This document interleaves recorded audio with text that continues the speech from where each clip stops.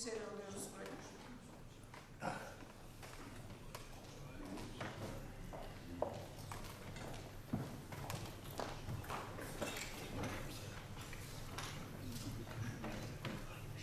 Sayın Başkan, değerli büyüklerim, hepinizi saygıyla selamlıyorum. Aslında söylemek istediğim pek çok şey vardı. Benden önceki arkadaş gerçekten duygularımın büyük bir kısmına tercüman oldu ama bazı noktaları tamamlamak ya da kişisel düşüncelerimi öyle mi? Öyle mi? Peki. Şöyle yapalım. Evet.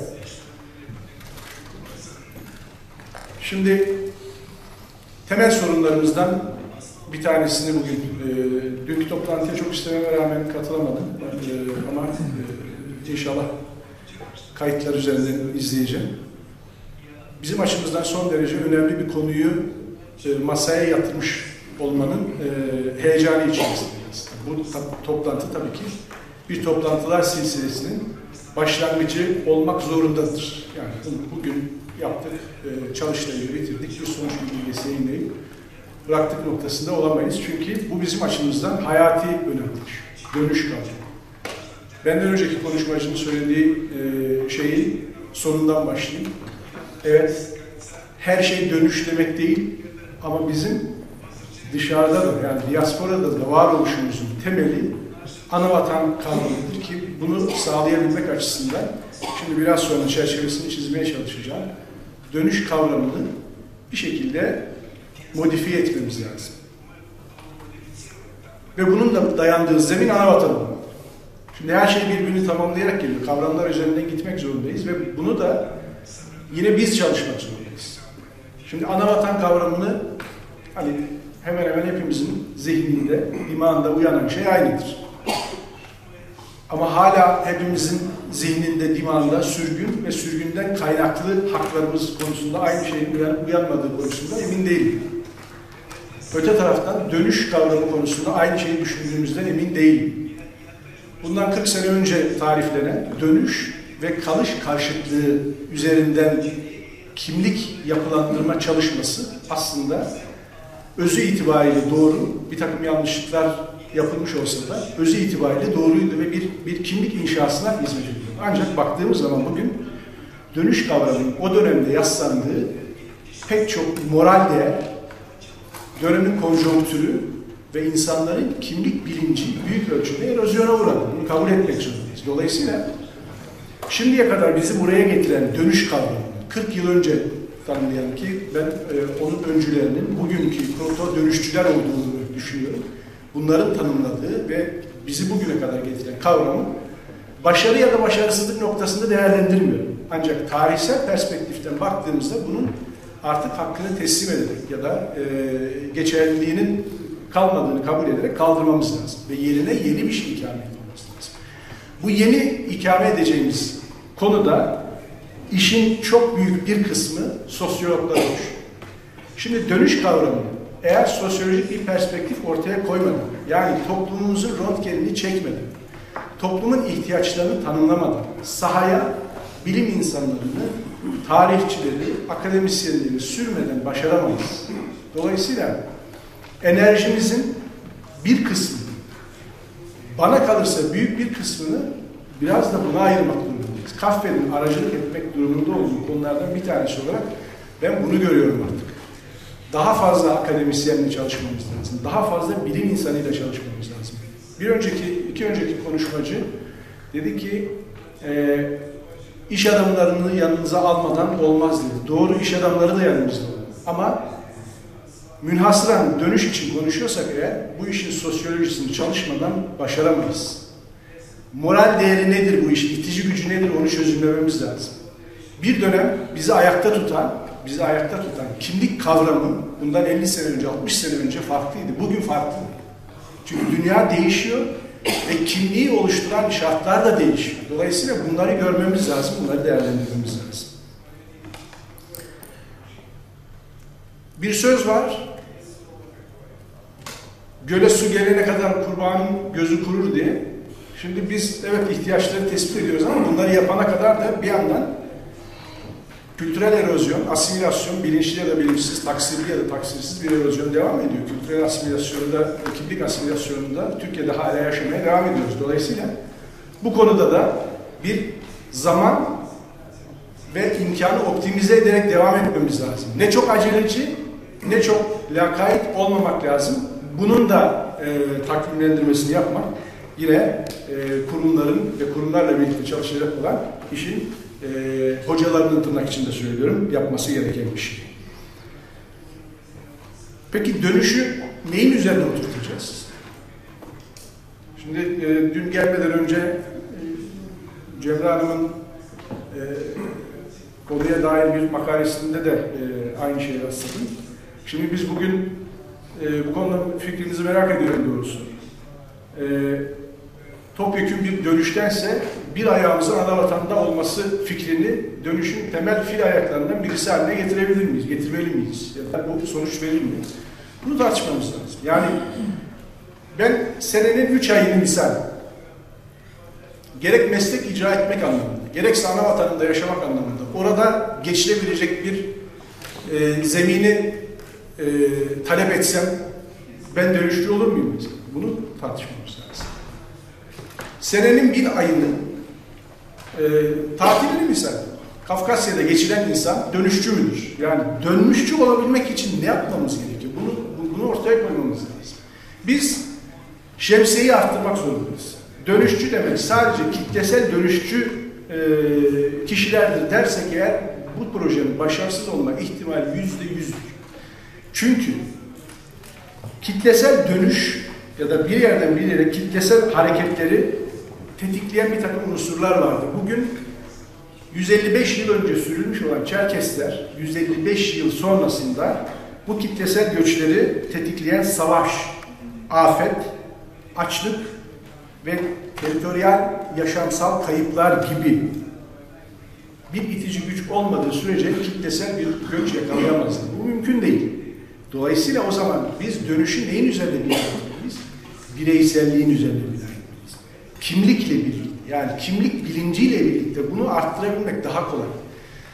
Şimdi az evvel bir arkadaş söyledi, oraya beyaz yakalılardan ziyade mavi yakalıları, bu işin bir başka boyutu, teknik boyutudur ama beyaz yakalı da olsa, mavi yakalı da olsa eğer bir bilinç üzerinden sıçrarsak daha yükseğe erişebiliriz. Bu anlamda o işin biraz daha teknik bir tarafı ama bireysel dönüşleri, bu dönüşü de az evvel kavramsal olarak aynı şeyi anlayalım diye söylüyorum. Yılın bir kısmını orada geçirmek dahil. Hatta işi bir adım daha ileriye götürüyorum. Tatillerini ana vatanında geçirmek de dahil olmak üzere dönüş kavramının şemsiyesini büyütmek zorundayız. Aksi takdirde küçük bir şemsiyenin altına toplayabileceğimiz insan sayısı gerçekten çok az olacak. Evet, dönüşün başarısını ya da başarısızlığını sayılar üzerinden değerlendirmek doğru olmayabilir. Ama nihayetinde biz kaç Çerkes kaldık diye sormayacak mıyız? Dolayısıyla bu önceliğimiz olmasa bile kaç Çerkes'i dönüşçü yaptığımız ya da kaç Çerkes'in dönüş noktasında inisiyatif kullanımında şurada bu şekilde değerlendirmek durumundayız. Şimdi işin teknik tarafı bence çözülebilir. Yeter ki işin moral tarafını çözelim. Ama bunu da çözebilmek için çok rica ediyorum, oturup kavramı daha fazla tartışalım, daha fazla görüşelim. Bu meseleye sadece ihtiyacı olan, inanıyorum ki kaffet bağlısı dernekler de değil. Türkiye'de yaşayan hangi derneğe, hangi federasyona angaje olmuş olursa olsun, kendisini hala Çerkes olarak algılayan, kendisini hala Abaza olarak algılayan insanların tamamı potansiyel dönüşçüdür. Bu potansiyeli harekete geçirmek ya da geçirememek kurumsal olarak bizlerin işi, bizlerin başarısı ya da başarısızlığı olur. Ama eğer biz başarısız olursak bunun acısını büyük ölçüde toplum üstlenecektir. Dolayısıyla ne olursunuz bir araya gelelim, daha fazla bir araya gelelim ama bu işi de sadece sohbet havalarından çıkartalım artık. Yani bu işi direksiyonuna sosyologların oturma zorunluluğu vardır. Buradan çağrı yapıyorum. Biz Bağlarbaşı Derneği olarak her yıl bir sürü meseleye bir sürü para harcıyoruz, bir sürü para ayırıyoruz. Sağ olsun üyelerimiz bu noktada bizi destekliyorlar. Ben iddia ediyorum ki bu işin sosyolojisini çalışacak bir büyük projeye İstanbul Derneği gibi, Ankara Derneği de, Kayseri Derneği de ve Kaffe'nin bağlı dernekleri de gerek emek gerek para koyacaklardır. Bunu yapmazsak başaramayız. Olmaz. Sadece üzerinde konuşarak yapamayız. Dolayısıyla yapmamız gereken şey bu işin önce fotoğrafını çekmek. İşin Rusya ayağı halledilebilir, Türkiye ayağı halledilebilir. Bunlar da çalışılması gereken başka şey. Hak mücadelesi zemininde bence dönüşü öncelememiz lazım. Yani şunu dememiz lazım. Ben 155 yıl önce bu topraklarda sürüldüm, atıldım, neyse diyelim. Buna bir isim buluruz. Ben geri dönmek istiyorum. Ana vatanıma tekrar sahip çıkmak istiyorum. Ama beni ya ana vatanın ya Türkiye ya da ya ana vatanın ya Suriye ikilemine sürüklemeyin. Buna zorlamayın.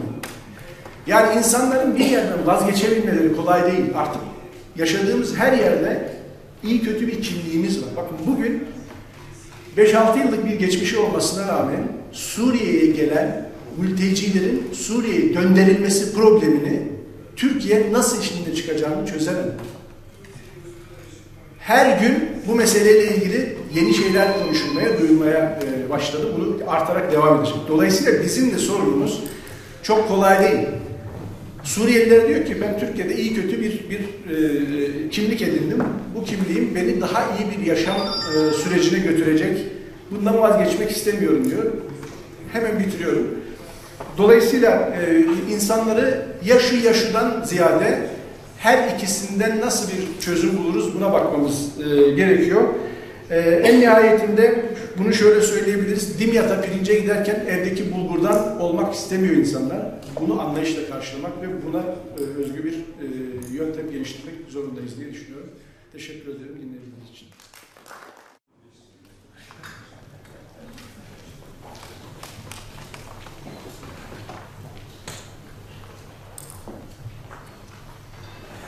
Sayın Başkan, değerli katılımcılar, saygıyla selamlıyorum. İsrail'de yaşayan Çerkesler var biliyorsunuz. Orada yaşayan arkadaşlarımdan birine sormuştum. Malum İsrail coğrafyası 1948 yılından beri göç oluyor. Nasıl yapıyorlar diye. Minik bir araştırma yapıp geri dönmüştü. Özetle söyleyeceğim. Pek çok örnek verilebilir konuya dair. Örneğin 500 aile alacak İsrail. Bu 500 aileyi tespit ediyor. 500 ailenin kaç kişiden ibaret olduğunu anlıyor. Gerekli olan asgaride 500 konutu sağlamaya çalışıyor. Bu ailelerden en azından birer üyeye bir iş ayarlamaya çalışıyor. Vesaire. Yani belli bir zamana yayılıyor. Ondan sonra organize bir şekilde bu 500 aile yerleştiriliyor. Bir başka örneği de şöyle vereceğim. 1992-93 yılları Sovyetler Birliği dağılmıştı. Hepimiz hatırlarız. Dönemin başkanı Yeltsin şöyle bir açıklama yapmıştı. İstediğiniz kadar özgür olabilirsiniz. Sonra iktidar değişti. Değişen iktidar tam böyle tanımlamadı ama merkezi bir idare ile merkezin istediği kadar özgür olabilirsiniz dedi. Evet, yani insanları bir yerden bir yere göçertmenin bir sürü koşulu, şartı vesaire bir şeyler var. Biraz önce de konuşuldu, anlatıldı. Örneğin Ege Cumhuriyeti bir silsile yayınlamış ve bu Putin'in yayınladığı kararnameye bağlı elbette ki. Orada da koşullar var. Koşullardan bir tanesi de pek çok koşul vardır. Rusça bilmek şartı. Demeye çalıştığım şey şu. Bizim bir kere belirleyeceğimiz politikaların belki de çıkaracağımız bir sonuç bildirgesinin en tepesinde yer alması gereken temel bir politikamız olmalı bana göre. O da koşullardan, şartlardan, liderlerden, iktidarlardan ve siyasi konjonktürden bağımsız olarak olmalı. Aslında bunun temeli de var. Sene 1997 Dünya Çerkes Birliği'nin UNPO'ya müracaatı Buradan saygıyla analım. Kalmık Euro liderliğindedir. Dünya Çerkes Birliği ve alınmış olan karar. 4 tane madde. O maddeden 2 tanesi bizi işte burada rahatlatan maddedir. Bir, Çerkeslerin anavatanlarına koşulsuz geri dönüş hakkı vardır. 2, çifte vatandaşlık hakkı vardır. Diğer ikisini söylemiyorum. Başta verdiğim örnekleri de hatırlatarak şunu söyleyeceğim. Elbette ki koşulsuz geri dönüş hakkımız vardır derken bütün Çerkeslerin istedikleri an, istedikleri zaman koşa koşa oraya gitmeleri ve yerleşmelerinden söz etmiyorum. Elbette ki bir takım şeyler belirlenecek. Ancak temelde olamadığı sürece değişen iktidarlar, değişen siyasi konjonktür vesaire bizim doğal hakkımızın gasp edilmesine varabilen sonuçları bizim önümüze getirebilir. Şöyle bir şey söyleyeceğim. Dünkü oturumlarda aslında bugün söylemeyi düşündüğüm bir şey çok dile getirildi. Onu da şöyle ifade edeyim. Bir dönemin çok aramızda söylediğimiz iki sözcüğü, dönüşçü, kalışçı, hiçbir zaman benimseyemediğim iki sözcüktü aslında o. Bana göre içleri de çok boş olan, dolu gibi görünen ama boş olan sözcüklerdi. Hala ne olur? Dönüşçü lafını kullanmayalım. Dönüş hakkını kullananlardan söz edelim. Teşekkür ederim. Biz teşekkür ediyoruz. Sıraya göre Sayın Şamil Caner'e seçtiniz. Daha sonra Sayın Eyüp Bal, Sayın Yusuf Taymaz ve Atilla Mutlu alkış var sırada.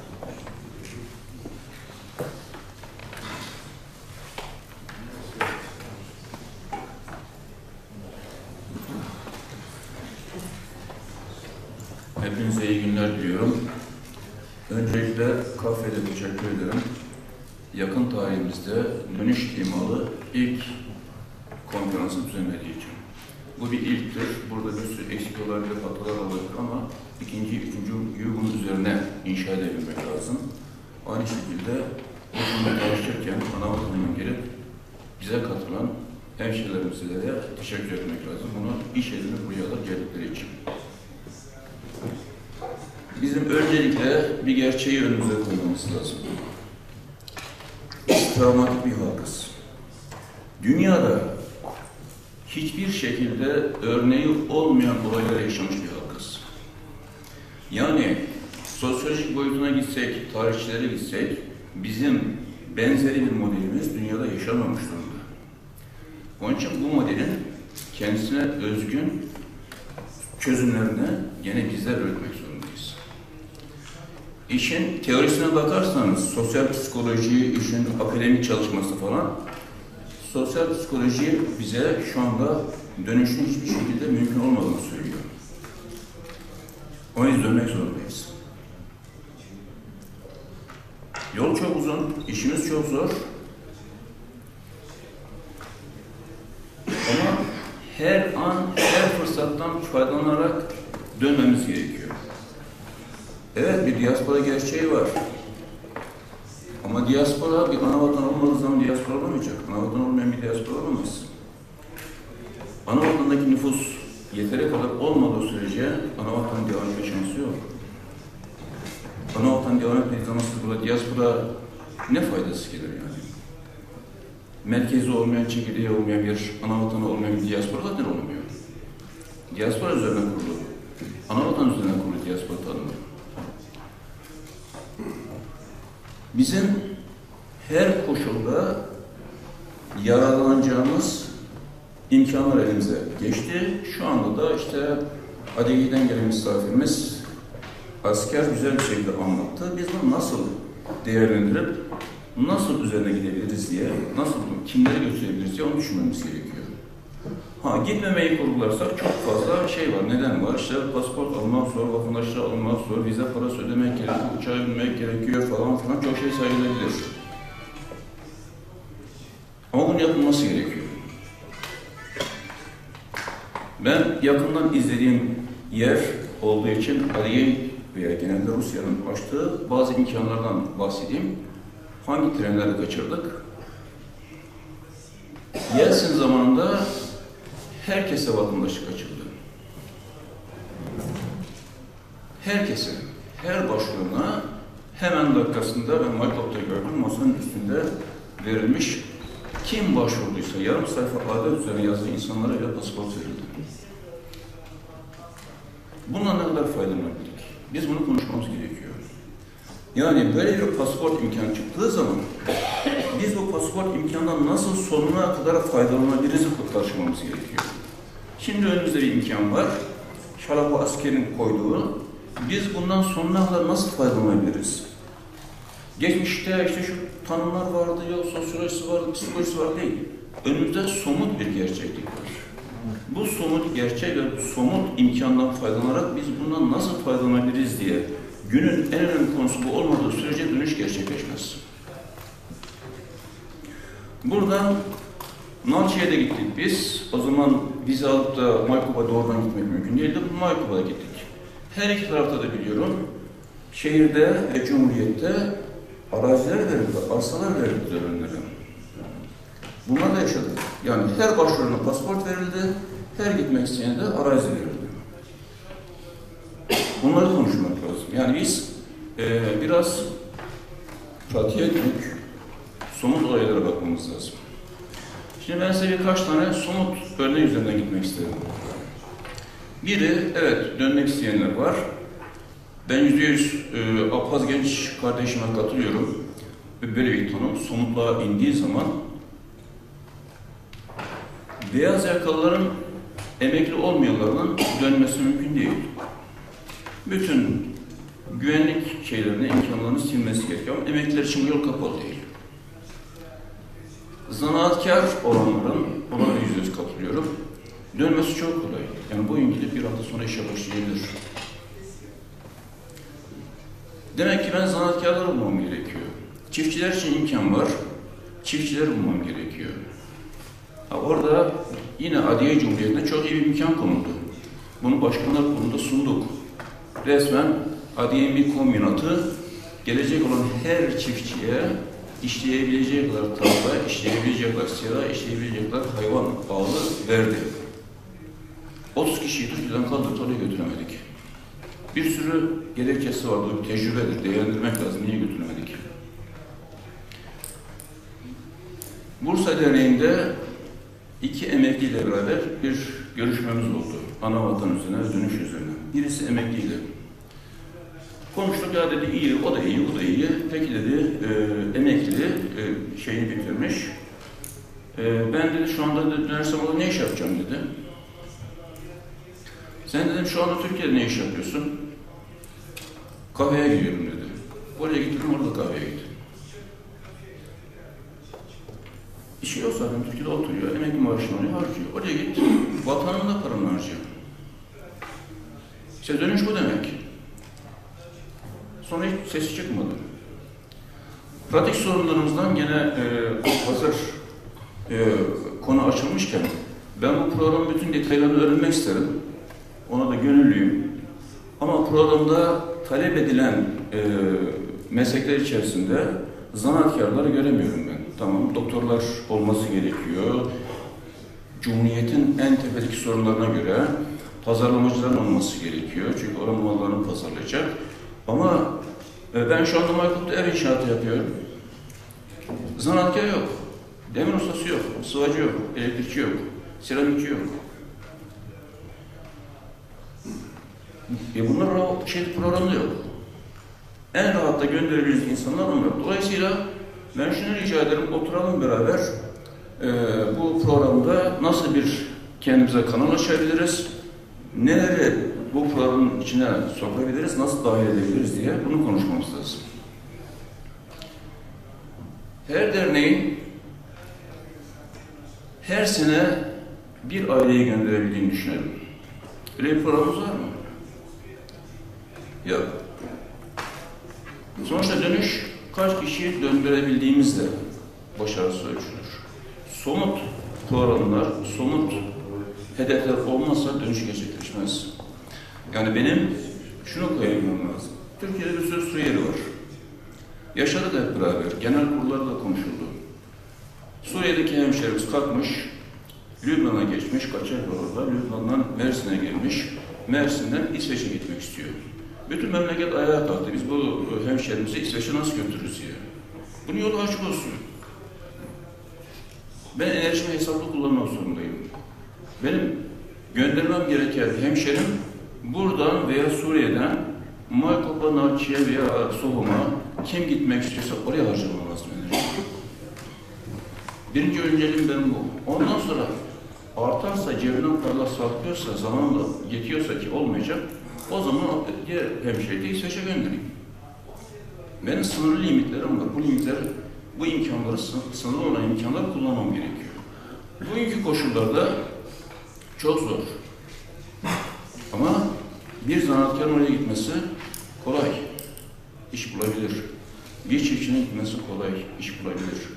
Biz kendimize hedef koyalım. Federasyonun böyle bir hedefi olsun. Derneklerin bir hedefi olsun. Desin ki bana bugün dernekler elini kaldırsın, kabul etsin. Ben her sene bir aileyi göndereceğim. Yani göndereceğim ne demek? Burada uçağa bindireceğim, vizesini alacağım, o vize parasını sağlayacağım. Oraya göndereceğim. Orada en az 6 aylık olan bütün masraflarını karşılayacağım.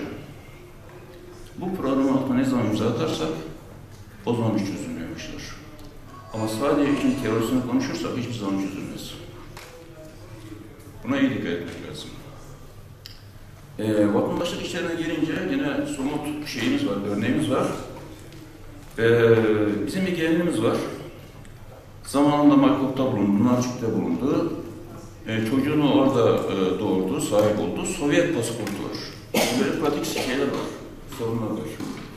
Sovyet pasaportu üzerinden hareketle şimdiki Rusya Cumhuriyeti pasaportunu edinmek istedi. Olamadı, çözemediler. Önlerine standart vatandaşlık prosedürü çıktı. Ve dediler ki sen 6 ayda bir şu kadar sene boyunca adliyeye gidip gelmek durumundasın. Şimdi bu somut program bizim bir yere götürmemiz gerekiyor. Bu yerde de eğer ben onu rica ediyorum, konumunu talep olarak getirse askerden bir kurul olması lazım. Yani bir sürü departmana dolaşmadan tek noktada gidip ben vatandaş olmak istiyorum, benim işlerim çözün dediği zaman bütün işleri çözebilecek bir joker kurumu olması lazım. Bu joker kurumunda bunu çözebilmesi gerekiyor. Zaten giden insan orada Rusçayı bilmiyor, belediye nedir bilmiyor, vergi dairesi nedir bilmiyor, noter nedir bilmiyor, hangi iş nerede yapılır bunları bilmiyor. Bu koşullarda giden vatandaşın işlerin çözülebilmesi gerekiyor. Veya bu imkanlardan nasıl faydalanabilir onu bilmiyor. Bunları bildirebilmemiz lazım. Ben burada federasyondan ve katılan derneklerden şunu rica ediyorum. Birincisi, federasyonun mevcut örgütlüğü içerisinde dönüş konusunun aynı şekilde ele alınarak çözme şansı yok. Tamamen dönüşle uğraşan ihsas sahibi bir kuruluşun oluşması lazım. Nasıl kafiyet oluştuysa böyle bir dönüş oluşması lazım. Ama bu kafenin altında olur ama başka yerde olur. Fakat işi sadece bu olan bir grup olması lazım. Yani normal işte protokol ziyaretlerinin dışında, diğer faaliyetlerin dışında, konferansların içinde ben de dönüş için bir tarih ayarlayayım, buna yer bulayım falan değil de sadece iş görevi olan bir yer olması lazım. Çünkü bizim en büyük konumuz bu. Uzun vadeli konularımız var. Sürgün nedeniyle edilecek haklar var. İşte ne bileyim UNPO nedeniyle edilecek haklar var. Rusya'da demokratik gelişmeler olursa edilecek olduğumuz haklar var. Bunlar ayrı konular, uzun vadeli konular. Bir de kısa vadeli konular var. Bu kısa vadeli konularda bizim hem uzun vadeli hem kısa vadeli konuları ayırıp bunları yürütebilecek bir politika kurmamız gerekiyor. Bu toplantı belki de ilktir. İkinci, üçüncü toplantılarda bunlar yapılabilir. İş konusunda da gene bir pratiğe bakalım. İşverenler gitmediler. İşverenler gitmezler. Sermayesi kıymetli olduğu için sermayeler olmuştur. Onun için istediği yere sermayesini götürmez. Ama ben madem ki dönmek istiyorum, niye o zaman Kafiyat Türkiye'de bir kooperatifleşme kurup da dönemeyen ama gönüllü dönüşten yana olan, vatandan yana olan 3000 kişinin katıldığı bir kooperatif grupta Nalçık'ta, Sobun'da, Markop'ta işletmeler kurmadı. Protokol ziyaretlerinin dışında buradan oraya iş adamları heyeti götürdüm, oradan oraya iş adamları heyeti getirdim. Deyikle bilmem falan yaptım. Tamam, bunlar güzel şeyler ama pratiğini görmem gerekiyor. Pratiği yok. Benim için dönüşüm pratik de bu. Pratik, eğer iş adamları gitmiyorsa, altta halk varsa, 3'er 5'er kuruş koyup, kooperatif oluşturup, ben orada nasıl işletmeler açarım, oraya nasıl ekonomik katkıda bulunurum, oraya da bu işletmeler nedeniyle nasıl iş gücü götürürüm olabilmesi gerekiyor. Biz dolayısıyla neler yapılamaz değil, mevcut imkanlar içerisinde neler yapılabilir olduğuna bakmamız gerekiyor. Hepinize teşekkür ederim. Teşekkür ederiz. Sayın Eyüp Bal, konuşma sırası sizde. Sizden sonra konuşmaların hepsi kayıt altında ama Apazya Diaspora'dan sonra